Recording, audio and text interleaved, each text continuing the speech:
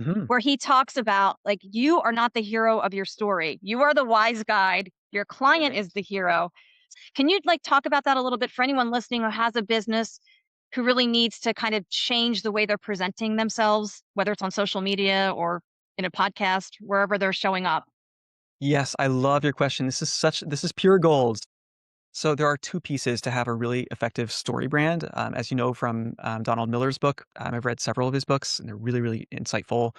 So essentially, you need to tell your story, just like the guy I mentioned, right? You told a story about why he's passionate about building connections between people and why that's soulfully important.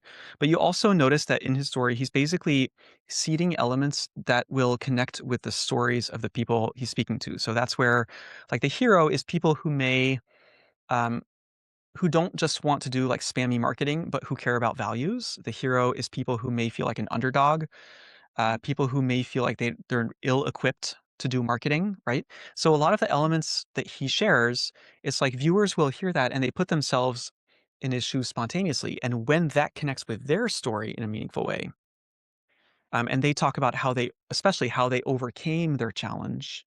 Like in his case, it's like, yeah, I built relationships with people and I've developed my proprietary amazing way to really focus on connections on LinkedIn, connecting more meaningfully. And that's what brings me business. People will hear that and say, like, okay, this guy, not only does he get me, but he's figured out a system that works and he's able to back that up. And that's where Yeah. you can get buy-in. So absolutely, you want to tell your story, but you can also tailor your story so that you make sure that the right elements will resonate with people who share similar values, who care about similar stuff.